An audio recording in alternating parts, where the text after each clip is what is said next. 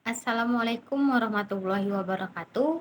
Perkenalkan, nama saya Talita Indira Zafira dengan NIM C0D023050. Di sini saya akan membahas tentang PPh Pasal 25. Pengertian. Ketentuan Pasal 25 Undang-Undang Pajak Penghasilan mengatur tentang penghitungan besarnya angsuran bulanan yang harus dibayar sendiri oleh wajib pajak dalam tahun berjalan. Pembayaran pajak dalam tahun berjalan dapat dilakukan dengan 1. Wajib pajak membayar sendiri, PPh Pasal 25. Yang kedua, melalui pemotongan atau pemungutan oleh pihak ketiga, PPh Pasal 21, 22, 23, dan 24. Subjek pajak PPh Pasal 25. Subjek PPh Pasal 25 meliputi wajib pajak badan dan wajib pajak orang pribadi, kecuali wajib pajak yang penghasilannya dikenakan PPh final. Namun, angsuran PPh Pasal 25 bagi wajib pajak orang pribadi jarang terjadi pada karyawan yang menerima penghasilan dari satu pemberi kerja.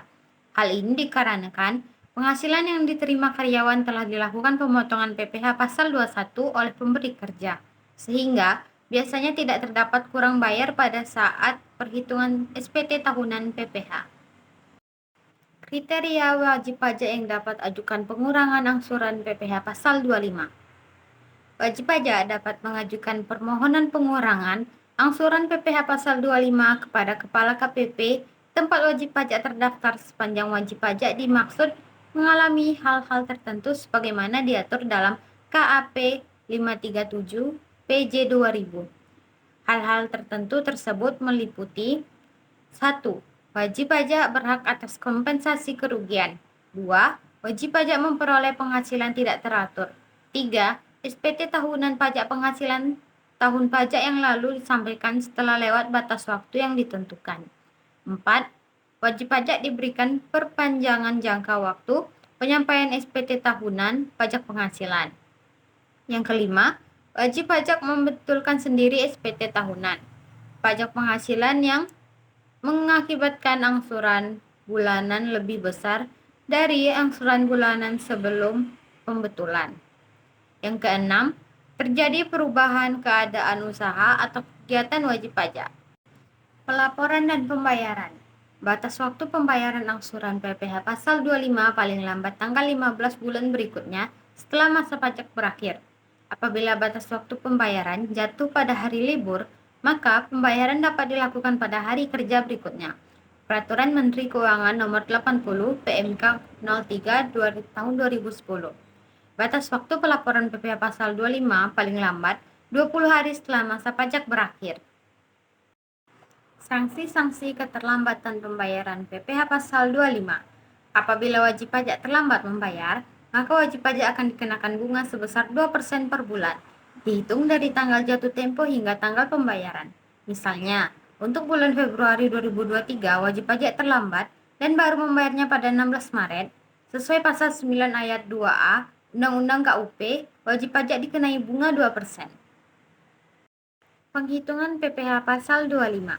PPh Pasal 25 dituliskan dalam bentuk SPT tahunan dengan penghitungannya selama setahun sekali setelah data penghasilan sudah lengkap selama 1 tahun tersebut. Biasanya, juga pencatatannya dilakukan setelah laporan keuangan sudah memasuki masa tutup buku tahunan. Dalam ketentuannya, besarnya angsuran PPh Pasal 25 adalah tahun pajak berikutnya. Setelah tahun pelaporan di SPT tahunan dihitung sebesar PPh Pasal 25 yang terutang pajak tahun lalu yang dikurangi pajak penghasilan. Berikut ini. 1. PPh Pasal 21 sesuai tarif Pasal 17 ayat 1 bagi pemilik NPWP dan tambahan sebesar 20% bagi yang tidak memiliki NPWP. Kedua, PPh Pasal 23 sebesar 15% berdasarkan dividen, bunga, royalti, dan hadiah. 2% berdasarkan sewa dan penghasilan lain serta ketidakseimbangan jasa.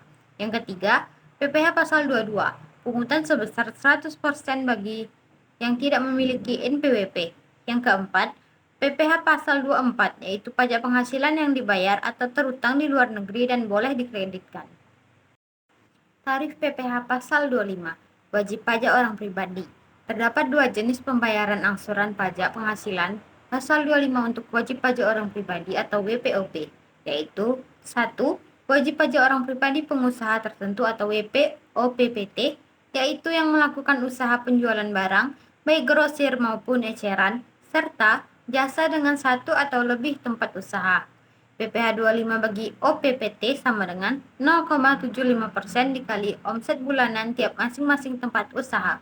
Yang kedua, wajib pajak orang pribadi selain pengusaha tertentu atau WP/OPSPT, yaitu pekerja bebas atau karyawan yang tidak memiliki usaha sendiri.